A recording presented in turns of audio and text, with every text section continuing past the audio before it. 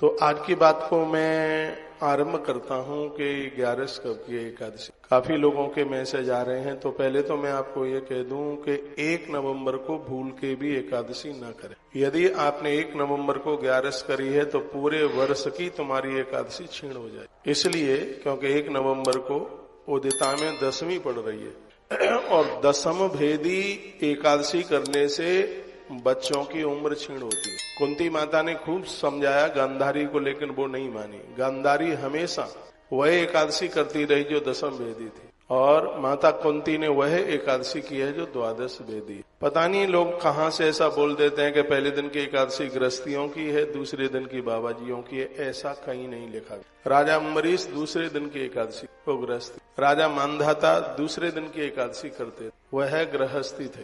पहले दिन की आप एकादशी कर सकते हैं तब जब उसमें 10वीं न हो तब, लेकिन ये तो 9 बज के कुछ मिनट तक है 10वीं। इसलिए 1 नवंबर को 11 का व्रत ना करें। और 2 नवंबर की एकादशी की इतनी बड़ी महिमा है, इसलिए महिमा है कि वह 12 भेदी है, इसलिए उसका महत्व ज्यादा है, क्योंकि पारण इसका 3 तारीख को है। टाइमिंग्स में बताऊंगा। इसलिए एकादशी 2 नवंबर को ही होनी चाहिए। हरि प्रबोधनी एकादशी है। 2 एकादश श्लोक बोल लूं। देखो मेरे सामने पंचांग रखा है, मैं मोबाइल में नहीं देखता, पत्रा देख करके बात करता हूँ, पंचांग से ही बोल रहा हूँ। प्रबोधन्यास महात्म्यम बद विस्तृतो मम यस्याम जागृत गोविंदो धर्म कर्म प्रवर्तक। देवश्री नारद जी ने भी बड़ी अद्भुत बातें कही। धर्मराज युधिष्ठिर ने पूछा, श्रुतम रमाया महात्म्यम त्वत्तः कृष्ण यथातथम। भगवान आपने रमा एकादशी की बड़ी महिमा का वर्णन किया, लेकिन कार्तिकेय शुक्ल पक्ष या ताम में कथया मानदः। कार्तिक के शुक्ल पक्ष में पड़ने वाली एकादशी का नाम और उसकी महिमा, उसका महात्म्य बताइए।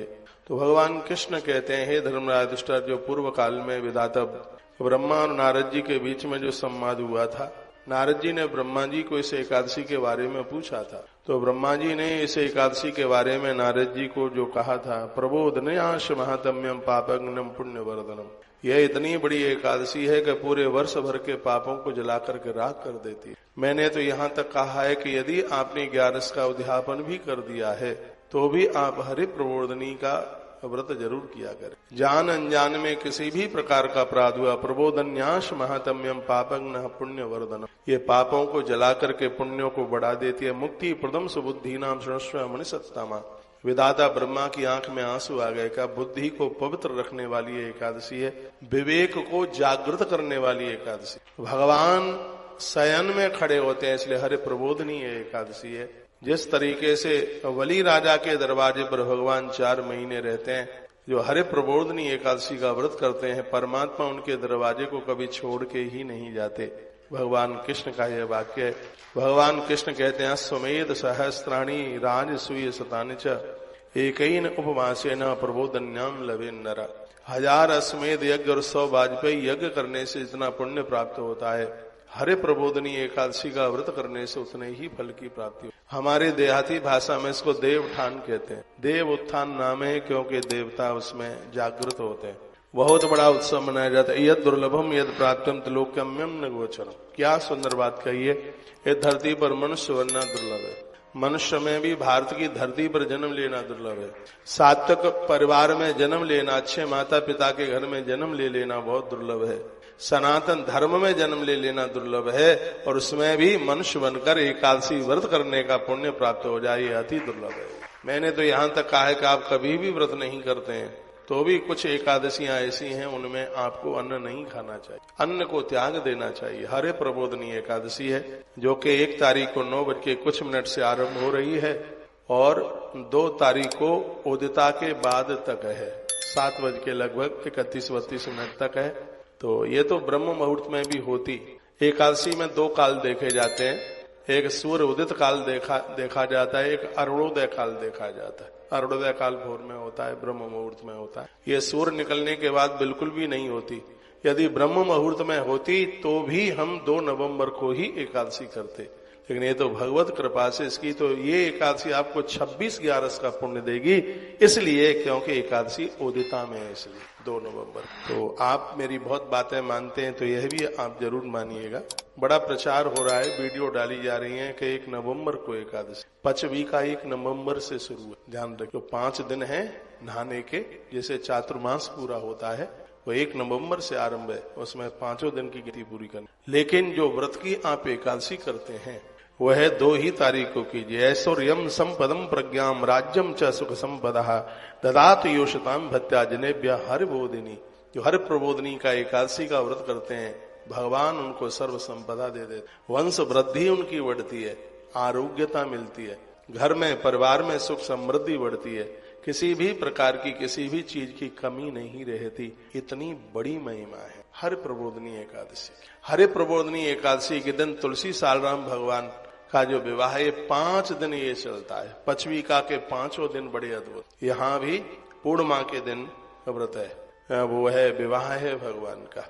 क्योंकि 2 तारीख को तो रविवार पड़ गया है, रविवार को थोड़ा तुलसी वगैरह तोड़ने करने में छूने में तो कोई दोष नहीं है, गमला उठाने में तो कोई दोष नहीं है, लेकिन कभी स्पर्श करते हुए पत्ता झड़ जाता है, टूट जाता है, इसलिए हम लोग रविवार पड़ने पर हम तुलसी माँ का विवाह नहीं, तुलसी सालराम भगवान का विवाह नहीं कर। और अब के बार पूर्णिमा को मुहूर्त निकला है, ठाकुर जी का तो खैर रोज का ही मुहूर्त है। यदि आपको घर कोई काम नहीं है तो 5 तारीख के बाद भगवान के विवाह में हाजिरी लगा कर ही जाना। तो इस वीडियो में ये मैंने आपको 11 की बात बताई। अब बात है देव उठाएं कब अब ये बात है देव उठाने के लिए 1 तारीख को आप देव उठा सकते हैं और 2 तारीख को भी आप देव उठा। संध्या काल में रात्रि काल में एकादशी है, इसलिए आप देवताओं को 1 तारीख को भी उठाएंगे तो कोई भी दोष नहीं है, किसी भी प्रकार का दोष नहीं। आप 2 तारीख को भी उठा सकते हैं, 2 तारीख को भी मुहूर्त है शाम को, और आप 1 तारीख को भी देवों को उठा सकते हैं। हम लोग 1 तारीख को देव उठा रहे हैं। तुलसी वन आश्रम में देव उत्थान व्रत तो 2 ही तारीख को है, लेकिन हम देव उत्थान 1 तारीख को, पचवी का भीष्म पंचक जिसे कहते हैं वह भी 1 तारीख से ही आरंभ है। तो आप देव उत्थान 1 को भी मना सकते हैं, 2 को भी मना सकते हैं। जैसे कहीं कोई नारी ऋतुकाल में ऐसी कोई स्थिति बनती है तो आप आराम से 2 तारीख को आप देव पूजन कीजिएगा, देवों को आप जागृत कीजिएगा, तो इसमें कोई दोष नहीं। ये 5 दिन पुष्कर से माने जाते हैं पूरी दुनिया में। तो पुष्कर का जो मेला है वो 2 तारीख से आरंभ हो, हर साल वो 5 दिन का होता है मेला, अब के बार वो 4 ही दिन का रह गया, 1 दिन उसमें वह कम हो गया है। 2 नवंबर, 3 नवंबर, 4 नवंबर और 5 नवंबर का वह पुष्कर का वह। लेकिन बहुत जगह देव उत्थान, मैंने भी देव उत्थान की वीडियो 1-2 तारीख को डाली है, लेकिन वो पचविका की वजह से और शाम को, क्योंकि उस दिन हम कोई, खैर मैं तो अन्न नहीं ले रहा हूं, यदि आपने 1 तारीख को अन्न नहीं खाया तो आपकी एकादशी छीण हो जाएगी, इसलिए आपको 1 तारीख को अन्न खाना ही होगा। बहुत लोग ज्यादा होशियारी दिखाते हैं कि दोनों ही दिन का व्रत करे लेते, तो कोई न कोई तो पुण्य मिल ही जाएगा। आप दोनों दिन का आप व्रत कर लेंगे तो 10वीं में एकादशी मानी जाएगी जो आपके पुण्यों को छीण कर देगी। ये ध्यान रखिए, ज्यादा होशियारी न दिखाना। बहुत खूब होशियार होते हैं, हम 2 ही दिन का व्रत कर लेते हैं। आपको उस दिन, हाँ, यदि आपका और कोई व्रत पड़ जाता है, जैसे मंगल का आप व्रत करते हैं एक उदाहरण के तौर पर, शनिवार का आप व्रत करते हैं उदाहरण के तौर पर, अब 1 तारीख को शनिवार पड़ रहा है, तो उस दिन आप संकल्प लेकर के एकादशी का व्रत नहीं, उस दिन आप शनिवार का व्रत करेंगे तो फिर आपको उसमें कोई अपराध नहीं, फिर आपके एकादशी छीण नहीं होगी। और आप ये सोचें कि बढ़िया हो गया है कि एकादशी कल की नहीं तो आज की नहीं तो कल की, दोनों दिन का हमारा तो व्रत पूरा हो जाएगा, कोई नहीं होगा व्रत, आपका पुण्य क्षीण हो जाएगा उसमें। यदि आप शनिवार का व्रत नहीं करते हैं तो आपको 1 तारीख को अन्न जरूर खाना चाहिए। देव उत्थान आप कर रहे हैं, देव आप उठा रहे हैं, तो रात्रि को सब कुछ बनाइए, जो भगवान के लिए जो सब बनता है वो बनाइए। चावल न पकाना, 1 तारीख को भी चावल शाम को बिल्कुल भी नहीं बनाइए। भगवान को तो भोग लगाने में कोई दोष लगता नहीं है, लेकिन स्वयं के खाने के लिए तो उसमें तो फिर अपराध ही है। मुझे किसी ने पूछा है कि हम भगवान के लिए शाम को खीर पूड़ी बना सकते हैं, 100% बना सकते हो। हमारे बिहारी जी का भोग एकादशी को भी अन्न जगन्नाथ भगवान का लगता है, भगवान के लिए बना सकते हैं, खुद के लिए नहीं। एक बात और सुनिएगा, एकादशी के दिन आपका व्रत है, अब पूरा घर के लोग तो व्रत करते नहीं है, एक आध जो लोग करते हैं, तो क्या उस दिन हम अन्न बना करके और भगवान का भोग लगा सकते हैं? परमात्मा का भोग अन्न का 365 दिन लगता है। वेद में अन्न से भोग लगाने का तो मंत्र है, भगवान को भोग लगाने में बिल्कुल भी दोष नहीं है। फिर आप कहोगे कि भगवान का भोग लगा करके वो प्रसाद बन गया तो हम ले सकते हैं? बिल्कुल नहीं ले सकते। एक बात और सुन लीजिए, मैंने गरुड़ पुराण में पढ़ा है, व्रत वाले दिन अन्न का भोग भगवान को लगा करके जो अन्न का प्रसाद दूसरों को बांटते हैं उन्हें जघन्य अपराध लगता है, बहुत बड़ा बहुत भारी अपराध उनको लगता है। व्रत वाले दिन प्रसाद में अन्न का प्रसाद बांटना ही नहीं चाहिए। इसके लिए मैंने गया जी से प्रवचन में ये बात कही थी। कभी कभी ऐसा ये होता है कि खुद वो व्रत करते नहीं है, उन्होंने मंदिर में, मैंने जन्माष्टमी पर देखा है कि लोगों ने भोग लगा। जन्माष्टमी पर आप सब चीजों का भगवान को भोग लगा सकते हो, लगता है ये 56 भोग लगता है जन्माष्टमी, और 56 भोग में तो सब चीजें आ जाती हैं। तो 56 भोग पर भगवान का आपने अन्न का भोग लगा दिया है, लेकिन उसको आप प्रसाद के रूप में आप उनको नहीं दे। चलो रात्रि को 12 बजे के बाद की बात है, वो अलग है, और आप कहेंगे दिन में हमने 56 भोग लगा दिया, वो प्रसाद लोगों को बांट दें, तो लोगों का जो व्रत खंडित हुआ हमारी वजह से, तो उसका एक बहुत बड़ा उसका अपराध लग गया। तो अब इस वीडियो को मैं कोई ज्यादा बड़ा नहीं कर रहा हूं। देव उत्थान 1 तारीख को भी है, 2 तारीख को भी है। पचवी का भीष्म पंचक 1 तारीख से ही आरंभ कीजिएगा। देव उत्थान 1 तारीख की शाम को मना लो। हम लोग 1 तारीख की शाम को देवताओं को जागृत कर रहे हैं, उनका वंदन कर रहे हैं, उनका पूजन कर रहे हैं। एकादशी हम 2 ही तारीख को कर रहे हैं। आप सब लोग 2 तारीख को ही एकादशी का व्रत कीजिए। जो एकादशी के दिन देवताओं को 1 तारीख को जगा रहे हैं, भगवान को अन्न बनाकर भोग लगा सकते हैं, लेकिन खुद नहीं खा सकते। 1 तारीख को तुलसी पत्र पहले से तोड़ के रख लीजिए। सालराम भगवान पर या गोपाल जी पर 108 कम से कम तुलसी पत्र चढ़ाइए, भगवान को तुलसी पत्र चढ़ाइए। कार्तिक का महीना है जिसकी बहुत बड़ी महिमा, बहुत बड़ा महात्म्य है। एकादशी को लेकर के एक आध श्लोक और मैं बोल दूं, फिर आपको मैं बड़ी अद्भुत कथा की तरफ लेकर के चल रहा हूं। वर्णन किया गया है, कहा गया है कि मेरु मंदिर मात्राणी पापन युक्तानि यानि च, महेंद्राचल पर्वत के बराबर भी यदि किसी के पाप हों, धोखे से भी यदि उसने हरि प्रबोधनी एकादशी का व्रत कर लिया है, तो इतने बड़े पाप भी उसके समाप्त हो जाएंगे। ये हरि प्रबोधनी एकादशी की इतनी बड़ी महिमा है।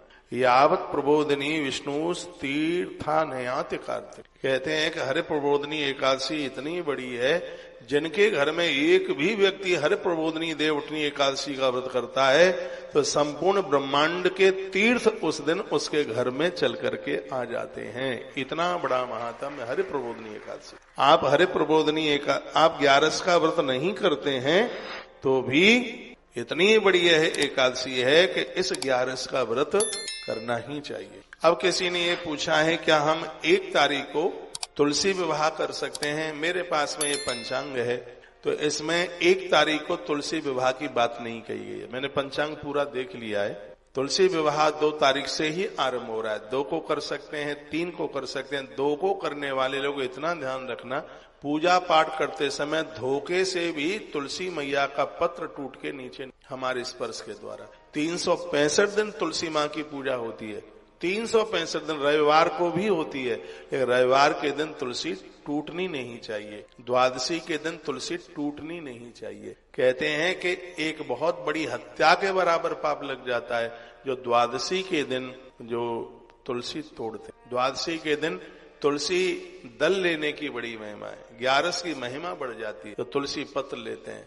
तो ऐसा करने वाले लोग पहले से तुलसी की व्यवस्था करते हैं। ये नहीं कि आप सुबह पारण करने के लिए जा रहे हैं और तुलसी मैया जी से और उसी समय आप तुलसी तोड़ने के तैयार हो, तो उसका तो फिर वह अपराध हो। तो पारण 3 नवंबर का है, वो टाइमिंग्स मैं आपको निवेदित कर दूंगा।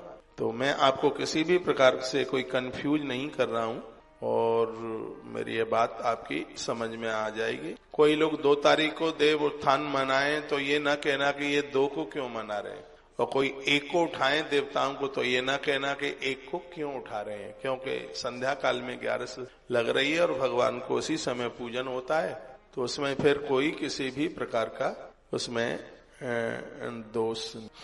बोलो बांके बिहारी लाल की जय हो, श्री हनुमंत बलवंत महाराज की जय हो, आज के आनंद की जय जय श्री राधे श्याम।